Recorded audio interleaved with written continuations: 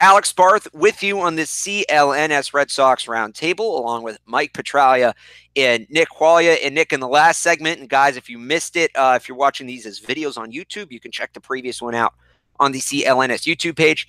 You said people are underrating the pitching staff. And maybe you just meant the bullpen, yes, but I'm going to pretend you meant all of it because it works as a great jumping off point for our discussion.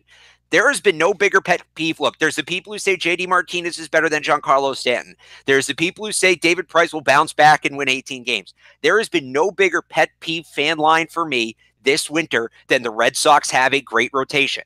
They have a great top one, maybe the best top one, but they have a great top one.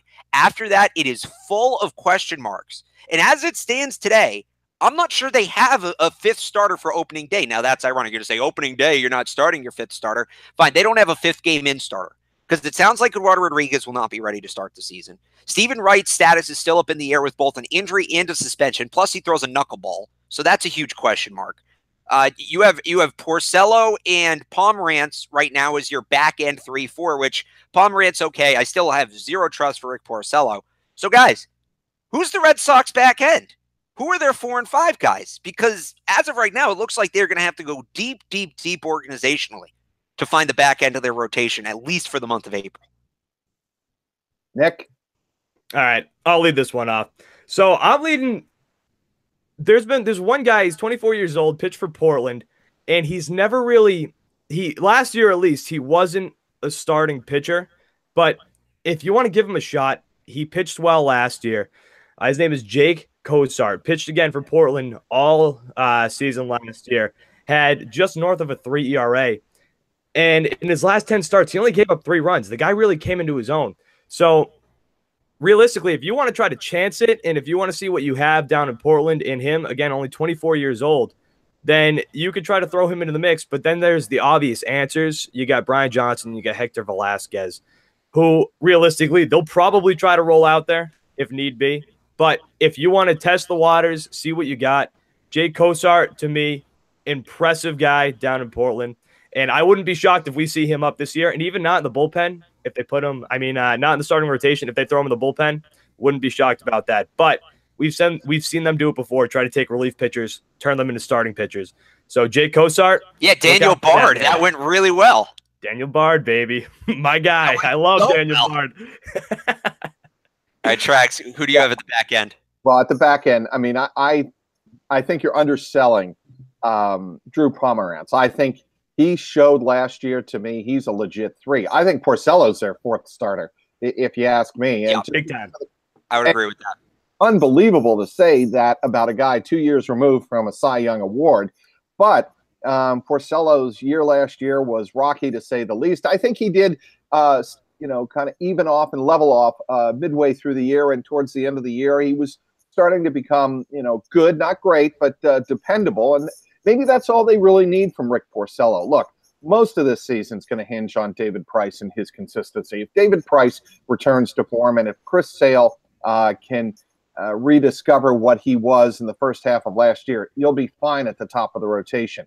But to get to your point about who closes out the back end of the rotation, right now, if I'm the Red Sox and you're starting the season, you give Brian Johnson one more chance. A, he's a lefty. B, he has major league experience. He's 27. He was 2-0 last year. His ERA wasn't great, 4.33 with a 1.48 WHIP. Okay, those aren't great numbers, but you're not a complete game. Yeah, but what you're not looking for from somebody like that is you're not looking for a dominant outing. You're looking for innings, and he did give you in 5 starts. He gave you 27 innings, and I think they got it before you start the clock on any minor leaguer. And I understand your point, Nick, that certainly they could look as the season progresses into their farm system. But when you're starting the season, you want to give veterans a chance to latch on, so you don't have to dig into that minor league pool right away and start major league clocks, for arbitration reasons. So if you're asking me, Brian Johnson is somebody with major league experience. He's a lefty, and I think you probably give him one more chance to really prove that he can stick on a major league roster. Yeah, I think Brian Johnson's the guy going forward. Hector Velazquez showed flashes, maybe if you have to give him a start. Even a guy like Ty Buttrey, who was a starter before he broke his hand punching a sprinkler head, really hasn't had any success in the bullpen. They could maybe It move him happens. back out to the mound. But look, for me, the answer is elsewhere. I think Trags, you talked about earlier on, and you can go back and find the video if you're watching on YouTube, CLNS Media on YouTube. Blake Swihart is a possible trade candidate. I still think Jackie Bradley is a possible trade candidate. I think you go elsewhere, you go external, you bring in maybe a middle of the rotation arm because I feel a lot better. Look, I like Drew Pomerantz as the third starter. I love Drew Pomerantz as the fourth starter. And if you want to tell me Rick Porcello's your five, fine. He's a former Cy Young winner. Maybe he gets hot. I feel a lot better if it's Sale, Price, some other guy's pitcher, some other team's pitcher, Pomerantz, Porcello, than if you're just sticking some journeymen on the back end of that rotation. I still think there is a relatively big move to be made to get another veteran MLB arm in. And let me just throw the qualifier on this. I want a guy with MLB experience. I want a guy who can eat innings. I want a guy who's pitched in a big market. I want a guy who has playoff experience. And I know I just described Clay Buchholz, not him. Anybody but him. Guys, you know who's still on the market? Jake Arrieta. And I've been saying that since December that I want them to sign this guy. Thank you, Travis. Do you think the contract's going to be too big, though? They're the Red Sox. It shouldn't be. They print money. Yeah, but we know they care about it, though. We know they care about it. Why? But this would be the perfect chance to prove to us they don't just care about being in the green financially. They care about winning a championship. Well, they've done that, Alex. I mean, they've proven that they care primarily about winning championships. I don't think they have to make that point anymore. But to your point, if you really want to bolster the middle of that rotation, you go out and sign a veteran like Jake Arrieta. Yeah. Yeah. But they may be thinking that Arrieta is going to want too much money and maybe will be able to scoop him at the end of, spring training. But you got to think why haven't the Yankees picked up on a guy like Jake Arrieta? When you see a free agent out there like Jake Arrieta, who has the proven championship experience in a market like Chicago, helping the Cubs win that World Series, why isn't he on a roster right now? That is, to me, people would say JD Martinez is the poster child for the Antarctic free agency that we had this past winter. But to me, it's more like Jake Arrieta. What is up with teams not even wanting a sniff of him? I'll say this, and maybe I'm overreacting a little bit. I've been lukewarm. I've been tepid even with Martinez on the Red Sox. I still think they'll give the Yankees a run for their money, but even with Martinez, I think the Yankees win the division. If the Red Sox go get Jake Arrieta, I have them in the final two in the AL there with the Astros. I think he would be that big of an addition because it's been so long since they have a guy like that. That, to me, he's not the same pitcher, but is up there with getting Schilling in 04. You're bringing in a guy who's been there, done that, can add some serious postseason culture to a young clubhouse. Okay. That, to me, would be the money signing of the offseason. That's a great argument to be made that, and you're assuming, okay, that Arrieta is healthy enough. Right, of course. You're assuming that, these teams are not touching him because of any injury exposure that they might be incurring. But, I just think that if the Red Sox could go out and acquire a picture of that ilk, it would go a long way, like you're saying, into proving them a deep postseason team. And it is worth noting he is a Boris guy. I don't think Boris directly, but he's represented by Boris's company. I would imagine it's Boris.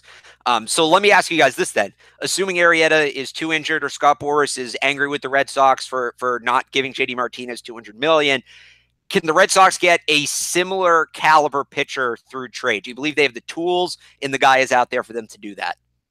Yeah, they do. I mean, the name you mentioned that's intriguing is Jackie Bradley.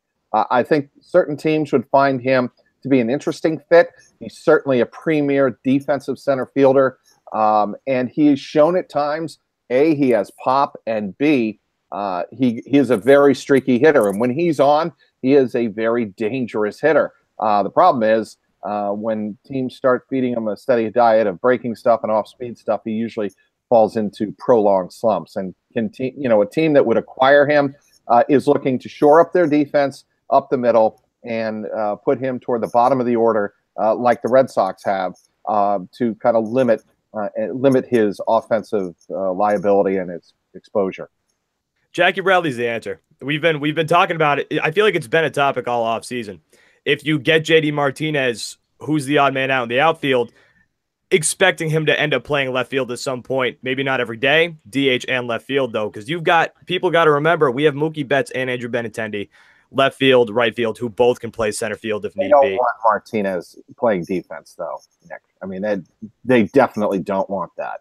Well, they can figure it out and get somebody out there in left field. That's no problem. But Jackie Bradley is the intriguing trade piece because I think we undervalue. We've seen him. He irritates Red Sox fans because he just strikes out. You said it, Trags. Throw him a breaking ball. He can't hit it. But his defense is unbelievable, and people know that.